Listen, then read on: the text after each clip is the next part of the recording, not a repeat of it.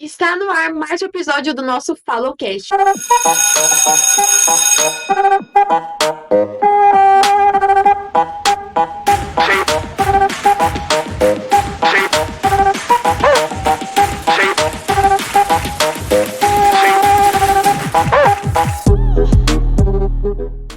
E antes de iniciarmos, já deixa o like, se inscreve no canal e ativa o sininho das notificações e compartilha para todo mundo. Hoje a gente vai entrevistar uma professora formada em pedagogia e pós-graduada em História e Cultura da África, que iniciou sua trajetória como estagiária na Prefeitura de São Paulo, atuou na assistência social atendendo pessoas com deficiência e em centros de educação infantil, onde ela foi professora, coordenadora pedagógica e diretora. Atualmente é professora do Ensino Fundamental 1 no município de São Paulo, com experiência em turmas do primeiro, segundo e quarto anos. E além disso, ela conta com sua rotina nas redes sociais. Seja muito bem-vinda, professora Raulane. Obrigada pela oportunidade. A gente que agradece de você ter vindo aqui. E a gente queria começar perguntando como que é dar aula para crianças, né? Principalmente do primeiro e segundo ano, infantil. Eu prefiro. Sério? Eu prefiro os pequenos, assim, sinceramente. Não pequenos, né? Não pequenos, tão pequenos. Eu gosto do ensino fundamental, mas os primeiros anos iniciais mesmo, eu acho que é mais fácil de lidar, eu acredito, Com adolescente, atualmente, do que com adolescente. Pelo menos eu acho. Não sei, nunca lidei diretamente com adolescente. Mas eu fico pensando nos conflitos e tudo mais de lidar com adolescente, então eu falo, não. E aí você vai dar aula no quinto ano, por exemplo, as crianças já estão, né, eles acham que eles são adolescentes, então eles já acham que eles mandam, eles já... E com criança pequena é mais, assim, eles têm um respeito maior, você tem ainda a autoridade, vamos dizer assim, sala né? de aula. Porque quando é adolescente é muito complicado, né? Sim. Você chegar lá no aluno, por exemplo, que tá escutando música, não quer saber da aula, ó, não. Então, Que eles respondem mais. Eu já entrei para dar aula em aulas esporádicas, assim, no Fundamental 2. E não era uma coisa que eu curtia muito, não. Eu acho que tem gente que sabe lidar, eu acho que tem jeito, também é prática. Sim. Eu acho que se for ali, vamos dar aula, você vai praticar, você vai estar ali diariamente, eu acho que você acaba criando um vínculo, é diferente, né? Mas os pequenos, eles têm essa questão, não, minha professora, eles olham você como se fosse, meu Deus, uau, a professora, sabe? Então eu acho gostoso isso. Eu tenho muito carinho pelas minhas professoras de todos os anos. Inclusive, quando uma falou que não lembrava mais de mim, eu quase chorei. Mas teve outras que lembrar. Eu acho que lembram, né? Espero. Mas é muito... Aí as que eram meio chatas eu lembro até hoje. Todas. Então, eu acho que professor do infantil é uma coisa muito marcante, né? Todo mundo, que ninguém esquece. Nos primeiros anos a gente fica com aquela memória, né? Eu tenho as memórias, assim. Eu lembro da professora do primeiro ano até hoje, assim. Eu não lembro o nome dela. Não, eu sou péssima com nomes, assim, pra lembrar de antigamente. Mas eu lembro da imagem dela em sala de aula, eu lembro das aulas, é muito incrível, assim. Nossa, é incrível, né? E você é contratada ou concursada? Sou concursada. E você vê alguma diferença entre o professor contratado e o professor concursado? Vejo, muita. Qual? Eu fui professora contratada, então eu iniciei na Prefeitura de São Paulo, abri um contrato e entrei. Eu já estava esperando o concurso me chamar para efetivar. E eu falei, me chamaram, fiz a inscrição no contrato, me chamaram, eu fui. Estava num momento que eu precisava sair do lugar onde eu estava, enfim. E aí eu fui, aceitei, era o meu maior sonho, entrar na prefeitura, entrei. E eu vi a diferença, na primeira escola que eu trabalhei, nem tanto, eu fui muito bem recebida, eu fui muito bem acolhida. Na segunda, já nem tanto. Algumas pessoas, não era todo mundo, mas algumas pessoas especificamente, elas tinham um certo, você não pode fazer isso, você não pode fazer aquilo. Por conta de ser contratada. Porque você é contratada. Nossa. Eu já ouvi até que, numa certa situação, passou um comunicado na escola para a gente fazer participar de um congresso da prefeitura. E aí eu falei, eu assino também, eu posso participar? A pessoa da minha cara falou, não, é só para funcionário. Nossa! Aí eu olhei assim, na hora eu fiquei sem reação, eu não consegui responder, eu fiquei tão em choque. Mas depois eu falei, eu não sou funcionária? Eu tô aqui, eu dou aula, eu trabalho tanto igual todo mundo, como que eu não sou funcionária, né? A pessoa tem que se justificar, justificar não, Se expressar melhor, né? Falar, não, é porque no momento você é contratado, você quer só para o servidor, porque é efetivo. Eu acho que tudo tem um jeito de você falar e de Mas você não, só lidar. para quem é funcionário, tá desmerecendo você e o seu Eu trabalho ali, eu trabalho tanto quanto os outros, sabe? E aí, outra coisa também que me fez muita. Nossa, foi muito assim, um baque, um choque, foi quando eu me inscrevi num curso. E aí eu fiquei esperando, eu fiz a inscrição, chegou o comunicado do curso e tal. Eu achei um curso muito legal, aí eu fui lá e me inscrevi. E aí a resposta sempre vem por e-mail. Uhum. E eu fiquei esperando a resposta, e a resposta não vinha, não vinha, não vinha, aquela agonia. Aí eu conversando com uma pessoa, ela falou: não, mas esses cursos você não pode fazer. Aí eu falei: por quê? Porque é só para efetivo, contratada não pode fazer. Aí isso me gera uma revolta, ainda mesmo sendo professora efetiva hoje, me gera uma revolta, porque como assim contratada não pode fazer? A gente não dá aula igual aos outros? Exatamente. A gente precisa estudar igual aos outros professores? Por que a gente não pode participar? E aí você percebe que é uma coisa que vem de cima também, né? Vem de SME. Não sei se a palavra certa está não é desigualar.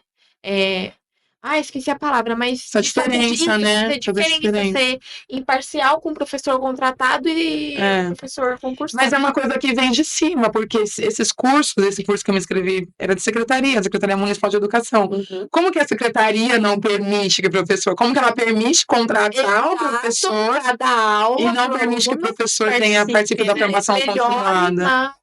Exatamente, na sua formação. Então, esse foi um baque e uma revolta muito grande que eu tenho até hoje. E que um dia eu acho que, se Deus quiser, vamos ver se eu consigo fazer alguma coisa em relação a isso, né? E durante a sua formação pedagógica, quais foram os maiores desafios assim que você enxergou? Tanto dentro da escola, quanto dando aula mesmo, dentro da sala com os alunos. O maior desafio... Além desse, né, que você acabou de falar. Eu acho que são muitos desafios diários, sabe? São muitos, assim. Que é convivência, né? Mas eu acho que lidar ali diariamente com a prática, porque eu lembro quando eu tô tentando puxar na memória aqui, quando eu saí da faculdade, eu fui direto trabalhar numa creche com educação infantil, e eu não fazia ideia do que eu tava fazendo, assim, sabe? Você chegar num lugar, você tem que fazer, você é responsável por aquilo e você não faz ideia de como fazer. Porque você tem a teoria, mas a prática é totalmente diferente, né? É outra coisa. Na faculdade eles não disponibilizam estágio? Tem o estágio, mas no estágio, eu fiz o estágio no ensino fundamental, eu fiz a observação da educação infantil, eu não lembro se eu cheguei a ir para a sala de aula no estágio, não me lembro agora mesmo. Mas é outra coisa, você fica ali só observando, né, no estágio, você senta no cantinho, e depende, tem professor, hoje eu vejo, eu tenho estagiário em sala, e eu coloco para fazer atividade, me ajuda nisso, me ajuda naquilo, pego o livro, corrige a lição, não sei o quê. E tem professor que não, que deixa você só no cantinho observando e ponto, e você não tem o direito de aprender, de praticar. Eu, na minha época de estágio, como eu fiz estágio no fundamental, eu tive uma professora que eu trabalhei, que ela foi muito maravilhosa, assim, ela me deu a oportunidade de aprender. Mas isso não é fundamental. Quando eu fui para o infantil, como professora, a responsabilidade é outra, né? É totalmente diferente. Você tá ali como linha de frente. É seu papel. Você tem que fazer. Espelho e ainda superiores te cobram bastante. Então, acho que você chegar assim, você entrar na sala de aula e, poxa, agora sou eu. Né? Agora é minha função, meu papel ali, e eu tenho que dar conta. Então, isso eu acho que é bem. E a gente viu eu vi recentemente que o PISA publicou que a alfabetização totalmente, né? Eu não sei como posso explicar. As crianças estão sendo alfabetizadas só no quinto ano, em vez de ser no primeiro ano, né? Pelo menos do primeiro até o terceiro. De quem você acha que é a culpa? Por que acontece isso? Olha, eu acho que são inúmeros fatores que envolvem isso. O primeiro, que eu acho que eu, como professora alfabetizadora, eu vejo como um desafio gigantesco, é a quantidade de alunos por sala. É gritante, assim, você tem que alfabetizar 30 crianças ao mesmo tempo, durante um ano, parece que passa tudo muito rápido, assim, o tempo voa, né? Então, o primeiro fator, eu acho que é o número de alunos por sala. Eu falo, gente, se eu tivesse 15 alunos, 20 alunos, na sala, seria muito, muito melhor. Segundo, eu acho que questões que envolvem, que fogem do nosso controle enquanto professores, por exemplo, questões neurológicas, questões sociais, né, que ali não tá na minha mão resolver aquilo, né? Então tem criança que você vê que tá ali, tem um problema que você não consegue ajudar, que, que, que precisa de um acompanhamento médico. E aí você vai fazer o quê? E aí você tem uma rede de apoio extremamente carente.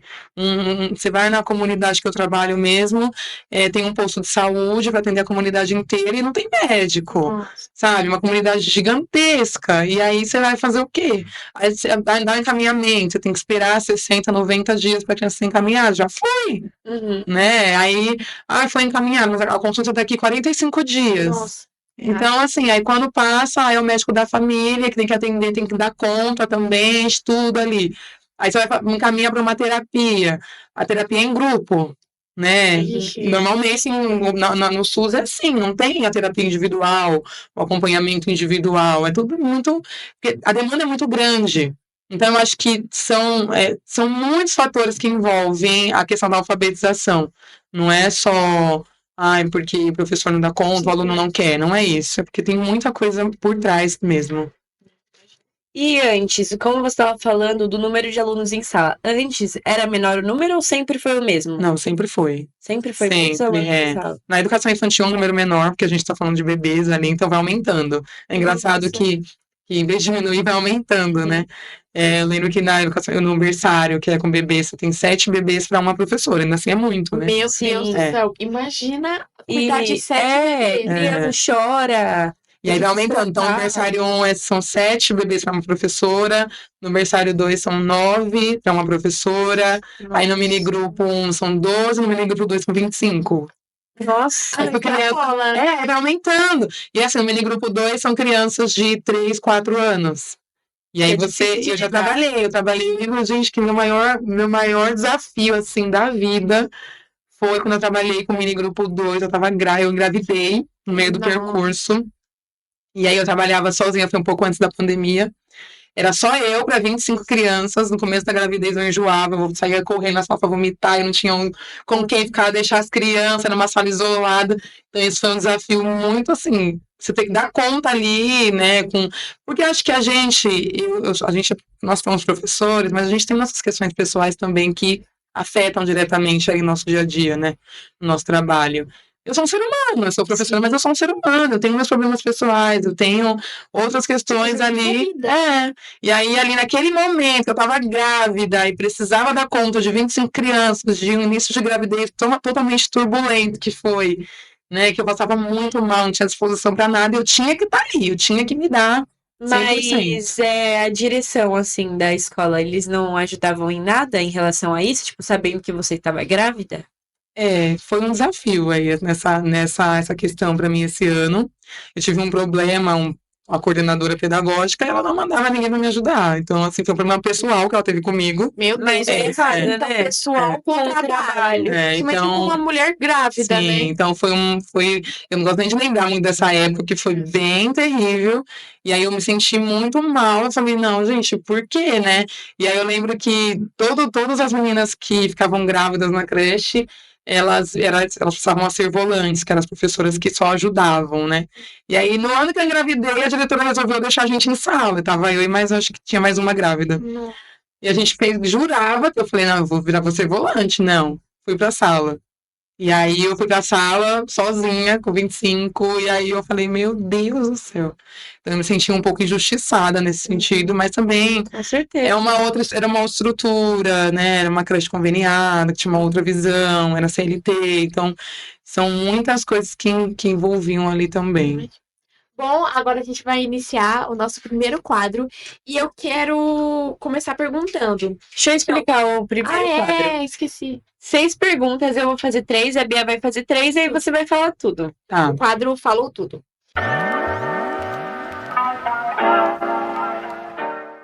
Se as crianças mandassem na escola, o que você acha que seria a primeira coisa a mudar?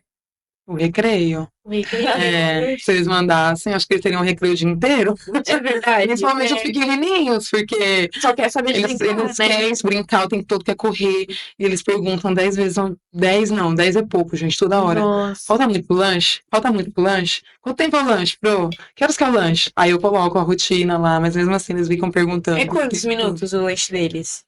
Eles têm, como eu trabalho com uma turma de integral, né, uma turma de ensino integral, eles têm 3 lanches. O primeiro é 30 minutos, o segundo Caramba. 20 e o último 10 minutos. Então eles têm 3 lanches distribuídos ali dentro do Vai período, diminuindo. do período de aula. Então eles ficam muito ansiosos pro lanche, assim, nossa, muito. Que também fica. São quantas horas de integral? Eles entram às 11h30 e vão embora às 6h30. Meu Deus. 7 horas que horas. eles chegam? Eles entram às 11h30 da manhã e vão embora às 6h30 da tarde. Caramba. Então, imagina, e principalmente pra eles, né, que estão crescendo, que querem brincar, são eufóricos. Fica louco, né? Fica muito tempo. Então a gente sempre procura fazer alguma coisa fora de sala. Tem um espaço na escola que a gente gosta de levar eles para brincar, né? E tem, eles fizeram, achei muito legal isso que a escola fez. Pegaram o corredor, porque a escola tem pouco espaço para levar as crianças. Tem, infelizmente, a infraestrutura é péssima e tem pouco espaço para a gente levar, porque a educação integral, eles falam que a gente tem que trabalhar com a criança de forma integral, né? Com o ser humano como um todo.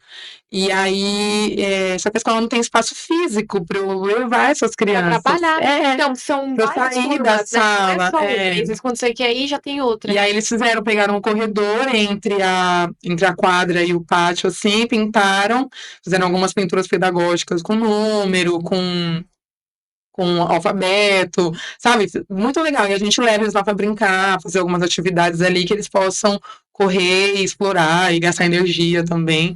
Então a gente costuma fazer isso para que eles dêem uma desafogada, assim, sabe?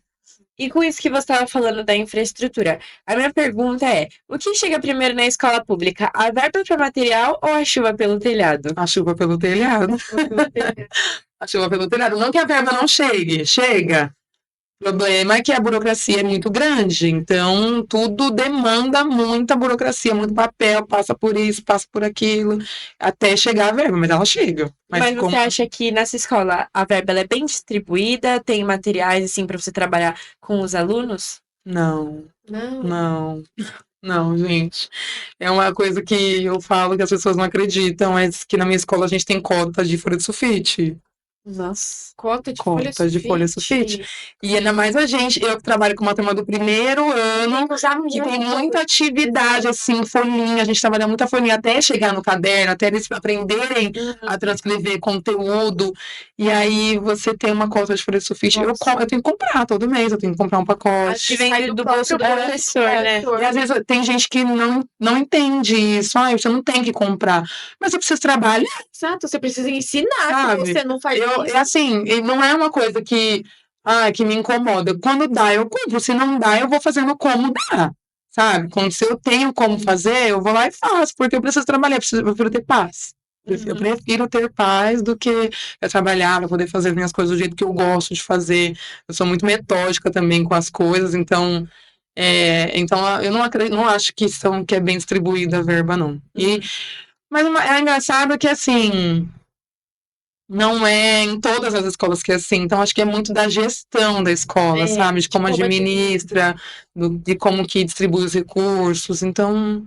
fica fazendo economia de papel. Mas não julgo também. Não julgo porque é uma escola muito grande, que tem muitas demandas, que tem muitos problemas.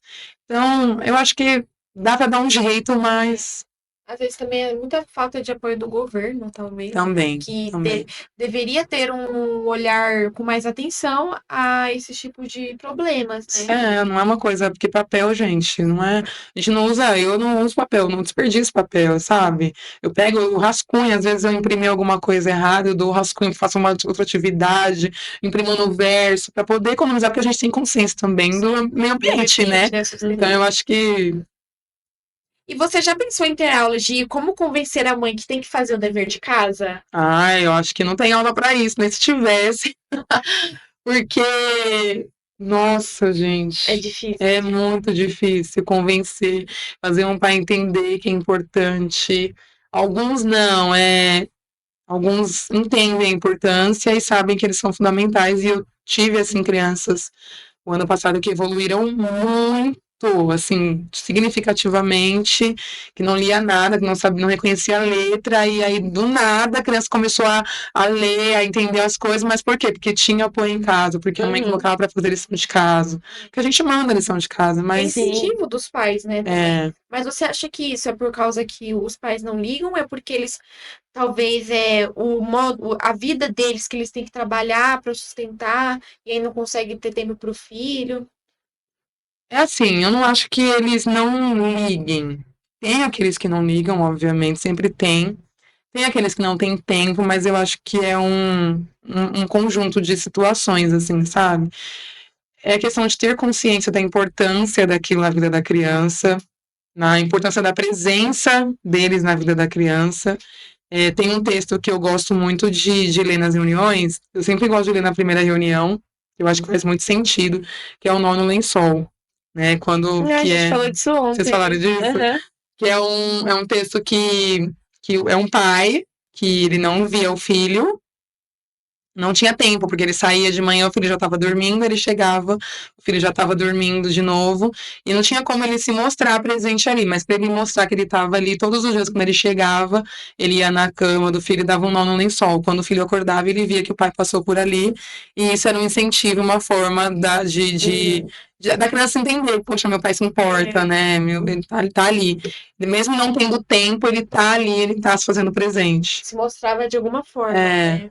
Então eu acho que às vezes realmente não dá correria, a gente entende que tem pai que sai muito cedo de casa, chega muito tarde, que precisa trabalhar, não pode largar o emprego porque precisa dar o sustento para a Sim. criança, mas eu acho que você dá um jeitinho ali de se fazer presente, eu acho que faz toda a Nem que diferença. seja um bilhetinho também, né?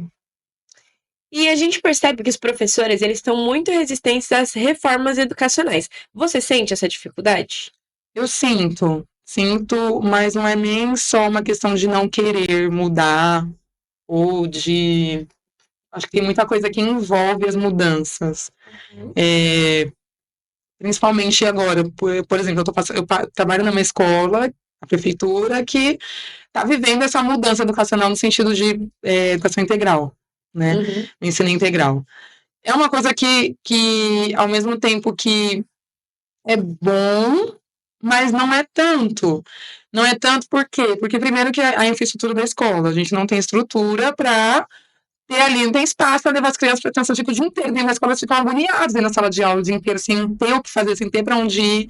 Por mais que tenha aulas de educação física, outras aulas, não é o suficiente. E segundo, porque isso envolve a vida do professor. Isso mexe com a vida do professor. Mexe no sentido de estar disponível. Por exemplo, eu me disponibilizei a pegar uma turma de integral novamente esse ano. Eu peguei ano passado porque eu não tinha opção, eu só tinha aquela turma para pegar, eu tive que pegar e me adaptar. Mas esse ano eu quis pegar, tive a oportunidade de pegar outra, mas eu quis pegar uma turma de integral. Só que o que me foi falado, você tem que estar disponível da meio-dia às 6h30. Nossa. Só que assim, eu trabalho, minha carga horária é de 25 horas semanais.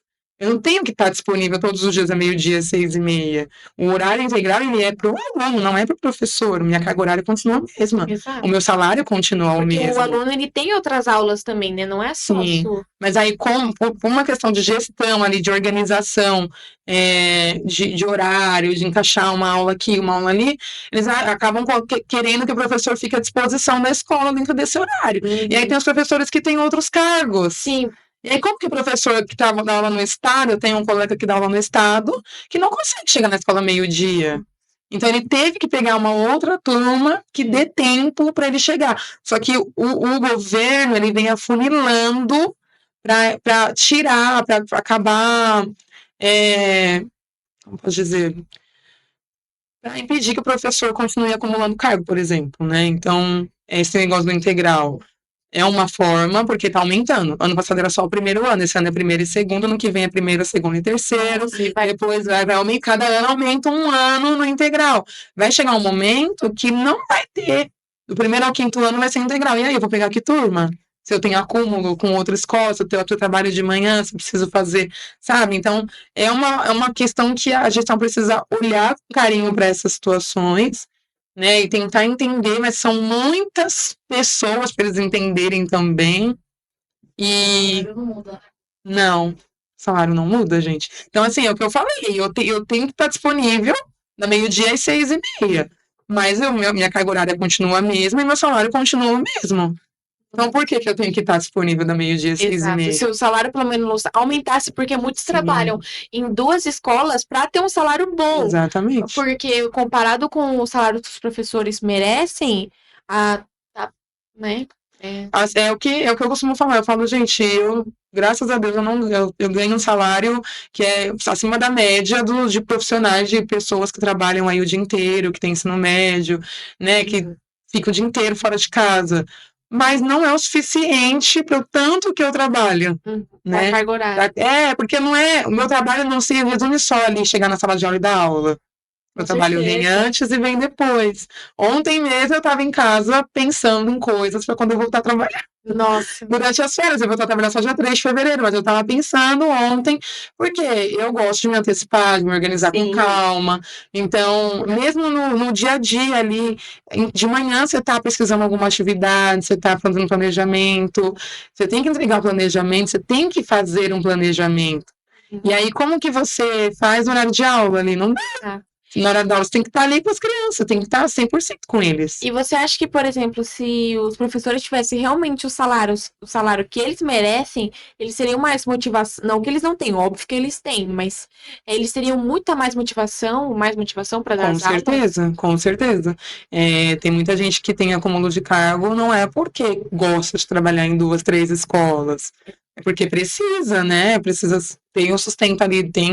Eu conheço professoras que são sozinhas para cuidar dos filhos, para cuidar da casa, para dar conta de muita coisa, né? Então, não é porque quer. Eu acumulei cargo esse ano passado, né, 2024.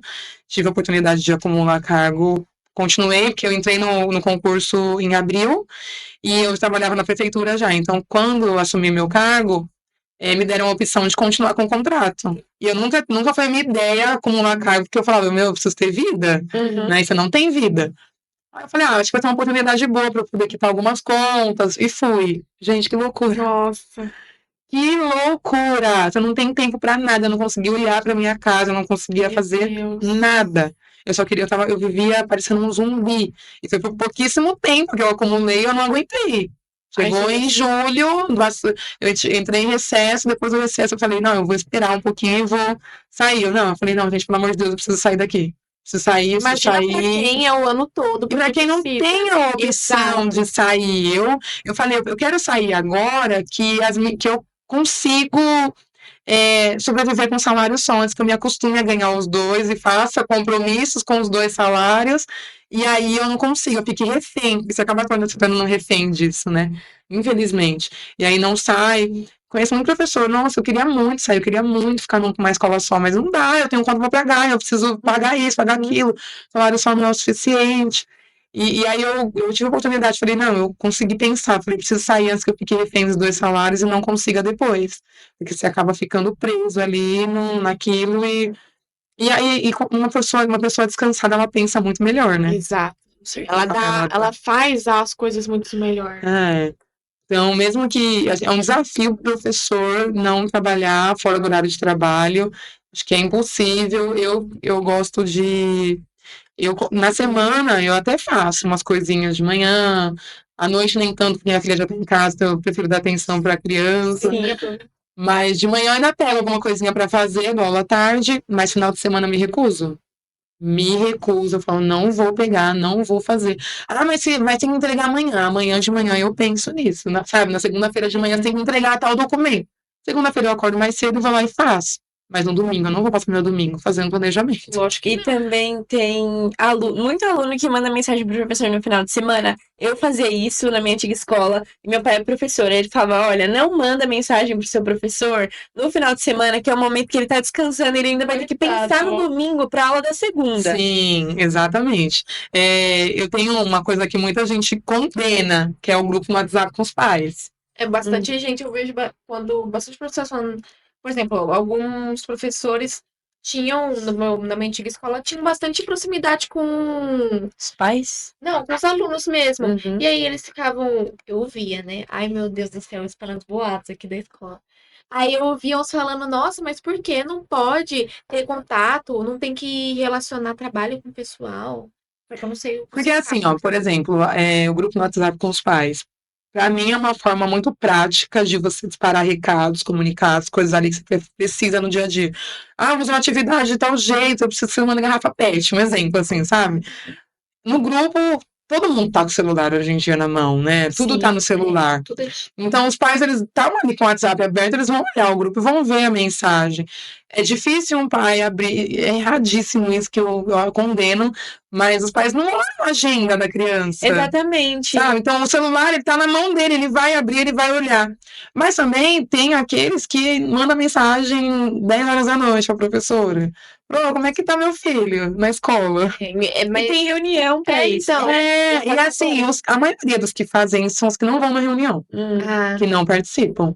Que não vão, quando você chama, você marca uma reunião para ir, a pessoa não aparece. Você marca tem a reunião de pais responsáveis, eles não vão. E aí você quer saber no WhatsApp? Eu não falo. Eu não falo, me recuso. Eu falo, não. Você quer conversar sobre o desenvolvimento do seu filho? A gente marca um tal dia. Que dia que você pode ir na escola? exato. E a gente marca e a gente conversa pessoalmente. Não falo. 10 horas da noite no celular, sendo que você tem as suas Sim, outras tem coisas. vida, né? Você é professora de, por exemplo, das 11 até as Até 6h30. 6h30. Tudo 6h30. bem que, como você falou, o professor tá trabalhando o tempo todo, mas você também tem o seu... Mas dentro do horário ali de trabalho, você acaba respondendo, você responde. Sim. Mesmo que eu não tô na escola, as crianças já entram, a criança entra 11h30. Tinha dia que eu entrava 3 horas da tarde. Né, eles tinham todas as aulas antes, eu entrava, pegava eles depois. Aí eu tô na minha casa, para mandar uma mensagem meio-dia, eu respondo. Porque tá dentro do horário que a criança está na escola. Realmente, né? Até é compreensível. Mas 10 da noite eu não respondo. Eu espero, no outro dia eu abro a mensagem, eu vou lá e converso. Vamos resolver. Então é uma coisa que muita gente condena, mas porque realmente os pais não têm muita noção de que a pessoa precisa ter vida fora da escola. Então, as crianças, engraçado, uma criança pergunta pra mim assim: Pô, você tem mãe? É muito engraçado, é muito bonitinho. Eu tenho mãe. E você tem avó? Tenho. Você tem irmãos? Tenho. Como assim você tem? Você é professora? Nossa, ele tá achando que É muito bonitinho, assim. E assim, mas pra você ver, é bonitinho, mas é engraçado, porque as crianças acham isso e você sabe que é por inocência ali, de não saber. Mas acaba que os pais acham também a mesma coisa. Acham que você não tem vida fora da escola, que você trabalha e aqui ali. entra a pergunta, né? Que é quem é mais difícil de educar, os pais ou os alunos? Os pais, com certeza, acho que não precisa nem pensar nisso, porque, gente do céu, você fazer um pai entender que ele precisa dar conta ali da educação do filho, né? Sim. Porque é que nós professores costumamos falar assim, o aluno ele é meu naquele ano. Então, por um ano ele foi meu aluno dentro do horário de aula, das 11h30, meio-dia, até as 6h30 da tarde. Ele foi meu. O restante da vida, ele é seu filho. Né? Ele é filho, então a responsabilidade é dos pais. Sim. É sua em criar o seu filho, em educar o seu filho, não é minha. E aí uma coisa que me desgastou muito ano passado é que eu perdia muito tempo ensinando coisas básicas que deveriam vir de casa. Nossa. Sabe? Tipo o quê? Ai, você precisa. Você não pode correr na escada. Nossa. Você precisa andar. Na escada é lugar de andar, não é lugar de correr. Ai, você não pode chegar na mesa do seu amigo e pegar o lápis da mesa dele. Você precisa pedir. Ah, você quer ir no banheiro? Você precisa me avisar que você tá saindo. Não vou te proibir de usar, mas você precisa. Sabe assim? Coisinhas básicas. Educação. Que educação vem de casa primeiro, né? Sim, Depois. sim. E assim, você fazer um pai entender que o filho dele não é único, né? Que ele não. Que além dele eu tenho mais 29, 30. Não é só que você não tá dando uma aula particular pra ele. Não é aula particular, eu não tenho que dar conta do material do filho dele, eu não tenho que dar conta dos pertences pessoais, eu não tenho. É uma coisa que ele tem que ensinar a criança a fazer, sabe? E é normal, né? Quando é criança, perde os lápis, perde Sim. tudo, né? Nossa, mas E aí vai lá, agressivo, manda gente. recado pra professora. Professora, meu filho perdeu tal material. Perdeu o lápis. Tipo, a Perdeu professora não tem nada a a ver com borracha. isso. A professora, ela tá dando aula. Tá com lápis ou não? E eu falo, tem que identificar. Os lápis, eles normalmente compram no mesmo lugar, vem tudo igual, sabe? Aham. Então você tem que colocar uma etiquetinha ali. Meu pai Ah, não fez tem etiqueta. A minha mãe, quando eu era criança, quando não tinha etiqueta, ela raspava. Sabe quando Aham. você raspa com um estilete, assim, o lápis? E escrevia meu nome na ponta do lápis, assim, Aham. embaixo. Com estilete, porque não tem etiqueta, gente. Não vai dar seu jeito, É. sabe? Mas ela identificava o material. E uma pergunta é que eu não sei. O governo ainda dá material escolar? Ele não dá o material, ele dá o dinheiro para os pais comprarem. Na Prefeitura de São Paulo é assim agora. Então, eles recebem é um aplicativo que os pais têm, que eles baixam, e lá fica um saldo para comprar material, para comprar um uniforme, um saldo específico. E aí os pais vão nos lugares credenciados e fazem a compra com QR Code, através do aplicativo, e eles não podem comprar outra coisa a não ser o que tem na lista, né? Então é um pouco controlado nesse sentido. E tirou um pouco da responsabilidade da escola, que a gente antes recebia na escola material, e o professor tinha que ficar controlando ali, né? Então segurava, eu lembro que na minha época, aí a professora ficava com ela o material e ela ia distribuindo quando acabava. Então tirou um peso dos pais, mas também dos professores, mas é uma dor de cabeça, porque, acabou o lápis, eu não tenho dinheiro para comprar. Mas a prefeitura te deu dinheiro para comprar. Você precisa ali ter um mínimo de controle. Exato. O que aconteceu, teve um ano que foi liberado o valor do material antes de acabar o ano.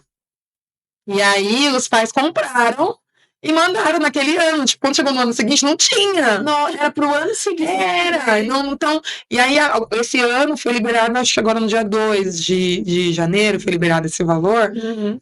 E aí, acho que os pais precisam ter consciência de que eles precisam segurar o material, não é pra criança brincar em casa. Uhum. É pra mandar pra escola quando começar as aulas. E aí você vai mandar aos poucos, vai fazendo um controle ali.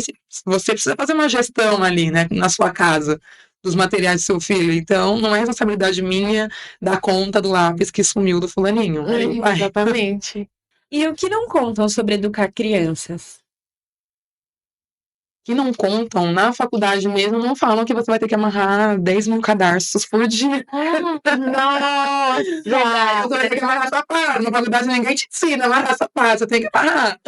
Gente, eu lembro que eu sempre pedia pra inspetora amarrar o sapato e amarrar meu cabelo. É. Tadinha. Não contam, isso ninguém fala, que você vai ter que ensinar a criança a pedir por favor. Né? Obrigada, com licença. Ficar cuidando de briga de criança. A levantar a mãozinha. A falar como que você resolve uma situação quando a criança falar pra você, ele não quer ser meu amigo. Nossa, que tem muito disso, E aí, né? o que você faz? Aí a criança começa a chorar. Eu era dessas. Então ninguém te ensina isso, que né, você vai ter que lidar com essas situações no dia a dia. E é muita briguinha infantil. Briguinha infantil não, é briguinha de criança, da idade, normal, da idade, mas é muita. Quanto mais crianças você tem na sala, mais conflitos aparecem, né? E é muito engraçado porque quando a gente tem aquela idade, parece ser o fim do mundo, né? Nossa. Parece que você vai morrer, que aquilo dali você não vai fazer nunca mais amizade com ninguém, que aquelas dali são as únicas. É a única pessoa que pode ser sua amiga na vida. E não pode ser outra pessoa, tem que ser ela. Não. Eu nem tenho nenhuma amizade que eu tinha no Fundamental 1, eu tenho agora. Sério? Não converso com ninguém. Não. E tipo, isso que você falou, a gente achava que a nossa amizade de lá ia assim pro resto da vida, a gente não podia perder. Agora eu não lembro o nome dessas pessoas que eram Não, eu lembro que postar. Não, é que não sei, né? Mas eu lembro que fazia um monte de conta junto, aí ficar. Não, que agora tá meio fora do contexto isso aqui que eu falei aqui agora. Peraí, como é que fala? A gente esquece. É coisa da minha época. Da minha época, né? Sou da época do dinossauro. Mas é coisa de lá. Perdi um pouco aqui meu. Mas, nossa, é tenso demais. A gente realmente acha que quando é criança, a criança acha. Eu falo, vai brincar com o outro, mas tem tantos amigos aí pra você brincar. Não, mas ela é que é minha amiga, bro, eu quero nem estar com ela, mas ela quer brincar com você, parte pra outra, sabe? E eles não entendem isso, aí você tem que ficar lidando com essas briguinhas, essas coisas, então isso não conta. E quando é passeio? Você já fez passeio? Já. Um quer sentar com um, mas não dá. Já aconteceu já isso? Nossa, acontece. já me aconteceu. Porque eu gosto de organizar as duplas, porque eu separo todo mundo. É. Sou a bruxa. Nossa, e a Você gente para os ficava muito amiguinhos. bravo com isso, com as professoras. Ah, não, você vai fazer lição com esse fulano, né? Não, professora, chorava. eu quero fazer com a minha amiga. Às vezes, igual eu gosto na minha sala, como eu trabalho com alfabetização, às vezes eu organizo os grupos, eu faço grupinhos, de acordo com a hipótese de escrita que eles estão, porque eu dou atividades diferentes para cada grupo. Então, uma criança que já conhece as letras, eu dou essa atividade, uma que não conhece, eu dou outra. Eu costumo fazer isso, principalmente quando eles estão no meio do ano para lá, que eles já acabam indo, uns avançam mais, outros menos. E aí, nesses grupos, sempre acaba separando, porque normalmente um amigo que já sabe ler, ele é amigo do outro que não conhece as letras. E eu não tenho como deixar ele junto ali todo o tempo. Tem momentos em que eu vou precisar deixar para formar as duplinhas ali produtivas, para um ajudar o outro, mas tem momento que eu preciso separar. E às vezes não é nem por maldade, gente, é uma estratégia mesmo do professor ali, uma metodologia, né, um jeito da gente fazer o meu trabalho da melhor forma possível. Nossa, mas é um trauma quando, tipo, duas amiguinhas suas ficam juntas e você fica com uma pessoa aleatória. Nossa Senhora.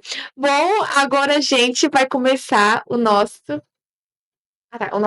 segundo quadro, que é a placa fala. Aqui a gente tem 5 plaquinhas com temas que provavelmente a gente já deve ter abordado aqui, falado. Não precisa ver as cegas, mas se você quiser escolher as cegas, você pode. E aí você vai ter que falar sobre o tema. E a placa fala. Sim. Tá. Sobre todas ou eu vou uma outra? Escolhe uma? só. Tá, deixa eu pegar essa aqui, tá na minha frente. Docentes invisíveis. Eita! Será que isso quer dizer docentes invisíveis? Docentes invisíveis. Gente, isso aqui é tão complexo. Porque eu acho que o professor está tão desvalorizado Com certeza. hoje em dia, né? E as pessoas esquecem que o professor é o profissional que forma outras profissões. Então, e hoje com a tecnologia, principalmente, eu vou falar de um ponto que me chamou a atenção o ano passado, que foi quando o governador anunciou que as aulas seriam preparadas pelo ChatGPT. Nossa! Não sei se vocês chegaram a ver isso. Não, eu não vi. É um absurdo. Que ele ia usar. Tanto que no Estado, eu não estou muito por dentro, porque eu sou da prefeitura, eu nunca trabalhei no Estado. No Estado, As aulas seriam preparadas pelo ChatGPT? Eles têm um programa, eles têm vários programas que os professores têm que colocar lá, tem que rodar o programa, senão é como se o professor não tivesse dado aula. Acho que é o CMSP.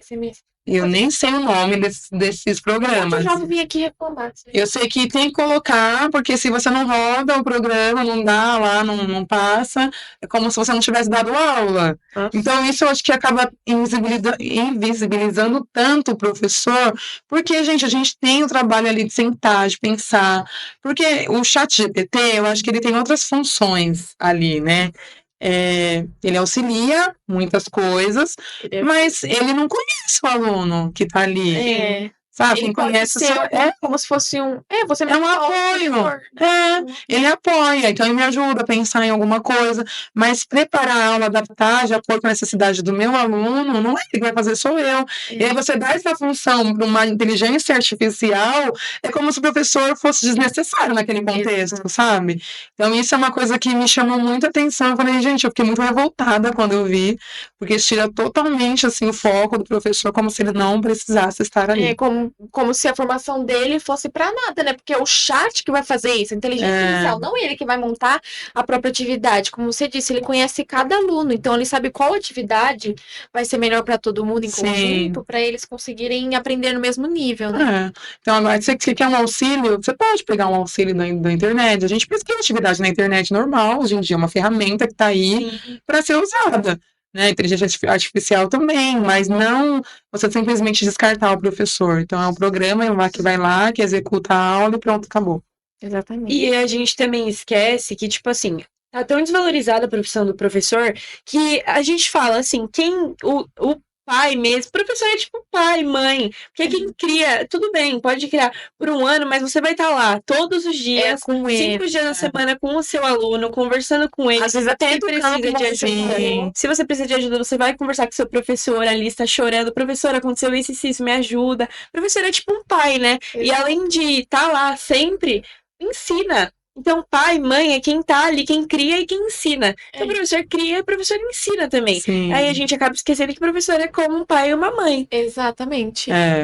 Tem essa responsabilidade. Acho que professor é tudo, né? Sim. Professor, ele é psicólogo, ele é médico, ele é dentista, que tem aluno chega, meu dente, abre a boca, meu Deus! E aí a pessoa, eu tenho horror a coisas de sangue, eu tenho horror. Então, aí o aluno vem, meu dente tá doendo, professor, meu dente tá doendo. Tem que ir no dentista. Eu não posso fazer nada, sabe? Não dá pra eu pegar pro dentista. E aí ele, às vezes a criança vem com a boca aberta, mostra pra você lá, o dente tá quebrado. Alguma coisa assim. E aí eu falo, não, gente, não mostra. Sabe assim, eu não mostro. Não é nem porque você não quer dar atenção, é porque tem coisas que fogem mesmo da nossa sala. Você tá ali, você escuta. Eu acho que principalmente eu tenho crianças, tive uma criança ano passado, que ele era muito violento, assim, de bater em todo mundo, inclusive em mim. Nossa. Já apanhei algumas vezes desse menino. 6 anos. E aí, um dia, no mesmo dia que ele me bateu, aí eu deixei ele lá no canto, tirei ele da aula. Aí quando ele se acalmou, ele voltou. Bom, chute, tudo. Que horror. Sabe? E você tentando se defender, você não pode pôr a mão, né? Porque pode voltar contra você. Mas isso é alguma coisa mental? Ou... Não, questão social. É um contexto que ele tá envolvido ali em casa. Aí ele veio, no mesmo dia que ele me bateu, ele bateu no momento, depois, mais tarde, ele virou pra mim e falou, meu pai foi lá em casa, hoje, entrou lá na favela, foi lá em casa e quebrou tudo. Nossa. Quebrou a porta, quebrou a cama, quebrou a televisão, roubou o celular da minha mãe e bateu nela. Aí você para e você entende. Não que você aceite, porque eu não aceito apanhar de ninguém, não apanho de ninguém, não tem que apanhar. Mas aí você entende por que ele teve aquela reação, sabe? Por que ele agiu daquela forma, por que ele foi agressivo, por que ele é agressivo, olha o exemplo que ele tem em casa. Então você tá ali e você escuta. Então ele se sentiu confortável ao ponto, mesmo que ele tenha me batido antes, depois ele se sentiu confortável de chegar em mim e falar o que aconteceu em casa, que a mãe dele estava sofrendo uma violência em casa. E aí você acaba sendo ali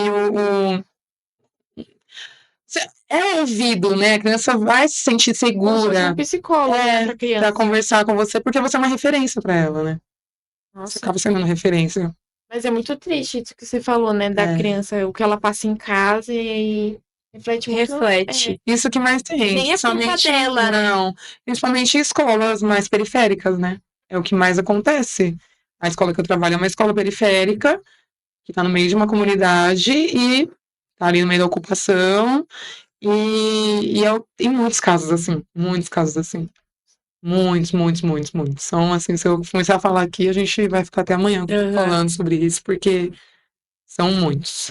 Com certeza. E é uma diferença que a gente vê de uma escola periférica para uma escola, assim, tipo, particular. Os alunos, eles são bem diferentes, sabe? Pelo modo de que eles foram criados. Sim. Isso A reflete bolha que eles vivem, né? reflete na educação, porque se a gente for comparar uma educação pública com a educação particular, é bem diferente. Eu acho que são problemas diferentes, né? Sim, São questões diferentes. Eu acho que problema, todo lugar tem Com problemas. certeza. Mas a educação particular, ela não tem essa questão tão forte social, né? Uma criança na escola particular, ela não passa fome. Não. Né? Ela tem convênio médico, ela tem uma rede de apoio, ela tem o apoio da família. O pai e a mãe estão ali perto, estão ali sempre de olho. Então, isso muda muito ali o contexto, né? E aquilo que você fala, se a gente quiser. Olha, dicção boa. Isso que a gente falou aqui agora me lembrou muito o que o professor do ProErd disse. Que não é que, por exemplo, muitas crianças, às vezes, viram, por exemplo, traficantes, assim, porque a realidade que ela vive, ela quer dar sustento para a família, e ela vê, por exemplo, como ela é da região periférica, ela vê os mais velhos trabalhando com isso, e para aquilo, ela querendo sustentar a família. retorno mais rápido. Exato. É um retorno mais rápido e às vezes nem é culpa dela, é porque ela só quer. Você tem que ver o antes, o que acontece Sim. antes. Não está julgando, nossa, não sei. Sendo que não, às vezes é porque aquilo é o retorno mais rápido para ela e é a maneira mais É a fácil. maneira que ela tem ali de conseguir um sustento para a família, de não passar fome, de querer comer uma bolacha e ter para comer. Gente, isso é muito triste. Uma criança querer um Danone e não ter, sabe? Não querer uma bolacha, não ter. E é a realidade de muita criança, muito. Felizmente. E aí entra a grande desigualdade social, né? No Brasil. É gigantesca, né? Gigantesca. Gigantesca. E aí você vê uma coisa que eu sempre que eu falei em relação à quantidade de alunos, na escola particular, as crianças Pouquíssimo. 10, 12 alunos por sala na alfabetização. E aí todo mundo já escreve, já lê, já usa letra cursiva, já escreve texto. E é diferente. E ali ela tem contato com a cultura, ela passeia, ela conhece lugares diferentes, que isso também influencia. Ela tem acesso a livros, né, com mais facilidade. O ano passado eu trabalhei um projeto, que foi Mais Educação, que foi sobre leitura e produção de texto no ensino fundamental, né? Leitura e escrita. E aí eu levei as crianças, eu trabalhava na época com terceiro, quarto e quinto ano, só era um projeto, então no contraturno, com os maiorzinhos, né? E eu levei eles na Bienal do Livro. Eles não sabiam o que era Bienal, sabe? Assim, terceiro, quarto, quinto ano. Eu, antes de ir pro passeio, eu conversei com eles e tal. E aí eu falei, vocês já ouviram falar da Bienal? Não, o que é isso? Sabe? Bienal do Livro, uma coisa que eu já, desde adolescente, eu já tenho ali, já conheço, demorei pra conhecer, obviamente, mas já tive acesso, já fui, já participei. A gente vê criança, minha filha, com 4 ela foi com a primeira Bienal dela com 2 anos de idade. Ela foi pra Bienal escolher os livros dela. Nossa. Então, aí você vê seus alunos com 10 anos de idade que não sabem o que é Bienal. E aí eles foram, nossa, foi fantástico, assim, foi incrível. Acho que eu faria 1000 vezes de novo. De levar eles para esse passeio, para conhecer outros lugares, para ter acesso às coisas, as coisas ali que não é uma coisa tão distante da realidade de muita gente, mas deles é distante da A Bienal é realidade. de graça? A Bienal para entrar e aí você compra os livros lá, E aí a Bienal para os estudantes, né? Tem gente que paga. E os livros, aqui que aconteceu? A prefeitura disponibilizou o ônibus pra gente levar eles pra Bienal.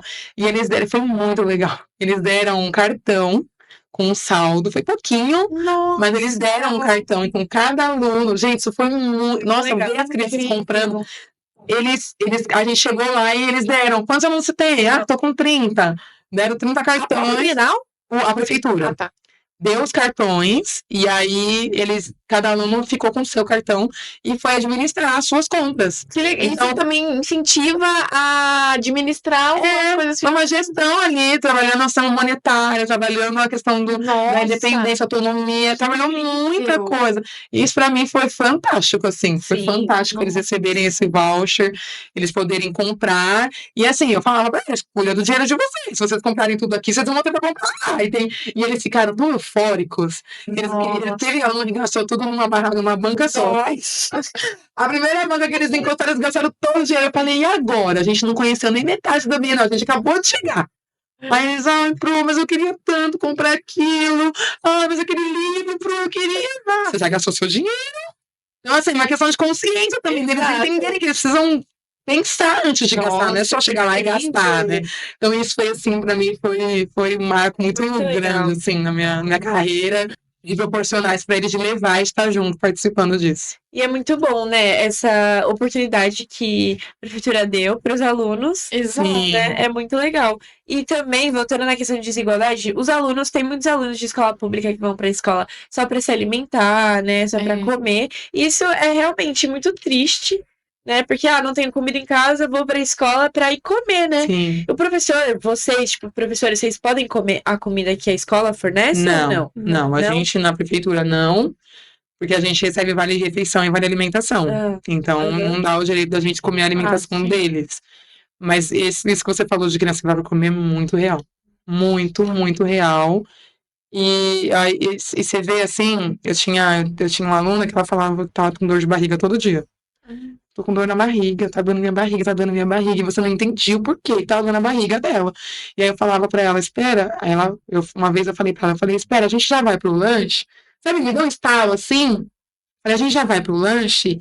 E aí quando eu voltar do lanche, você me fala se tá dando sua barriga ainda, tá?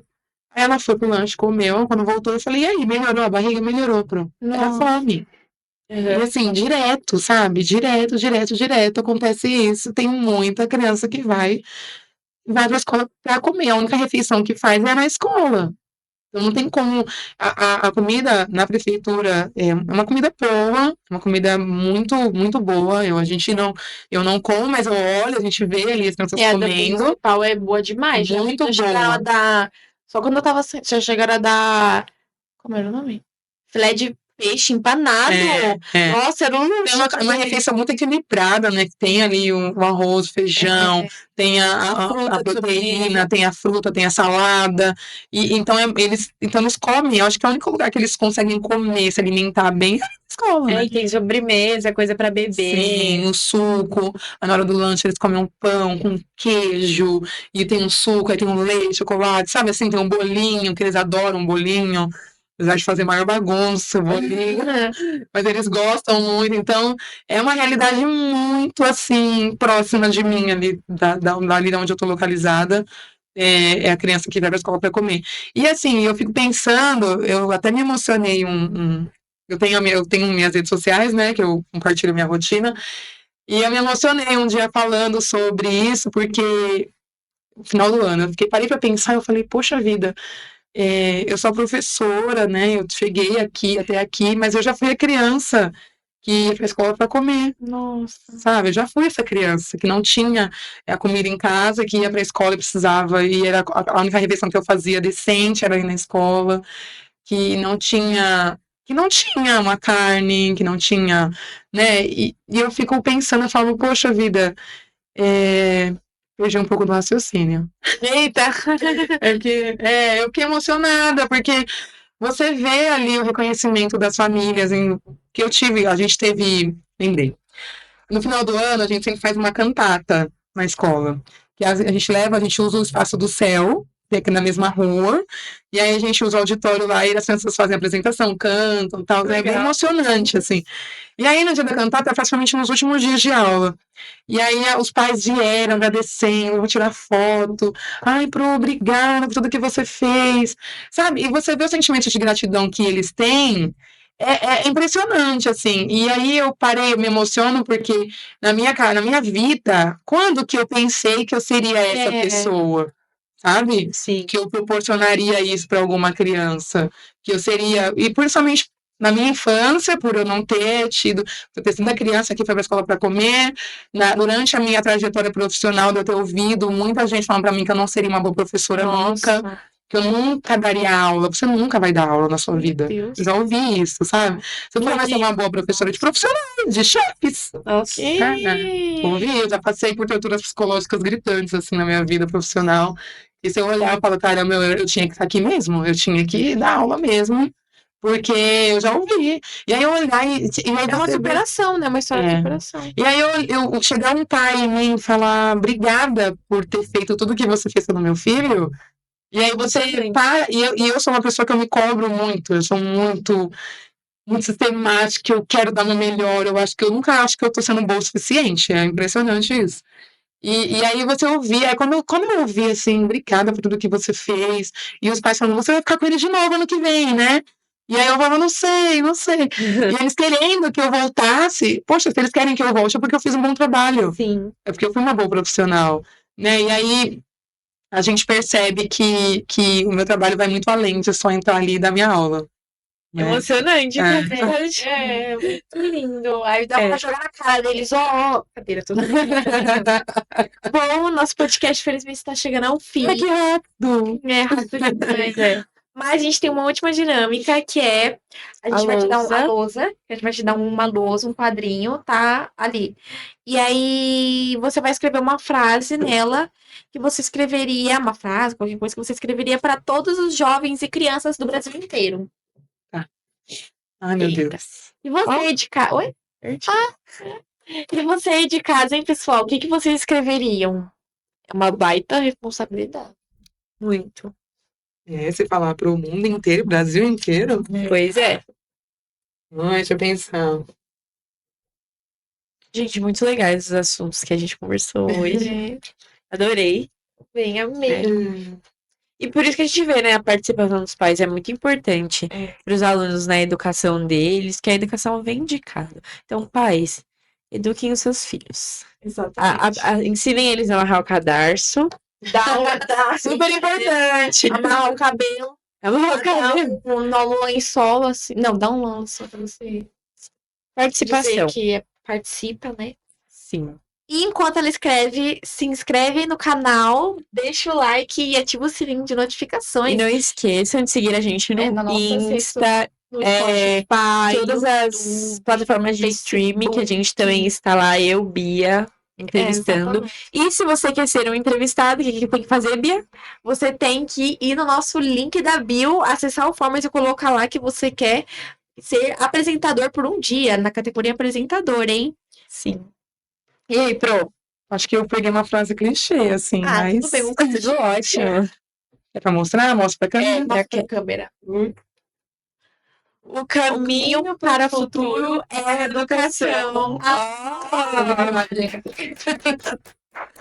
Eu acho que é o único caminho possível, né? Se a gente fechar os olhos para algumas coisas. E a educação, ela abre a nossa mente. E uma Sim. mente que se abre nunca mais fecha. É. Nunca mais volta ao seu tamanho original, certeza. né? É muito bonito quando você vê uma pessoa que sabe de tudo, né? Por causa da educação, né? E educação nunca é demais, né? Não, É, nunca é demais. aprendizado pra vida toda. Com certeza. Ó, a letra de professora. Tem uma letra É uma letra tão feia, gente. Sério? É minha letra.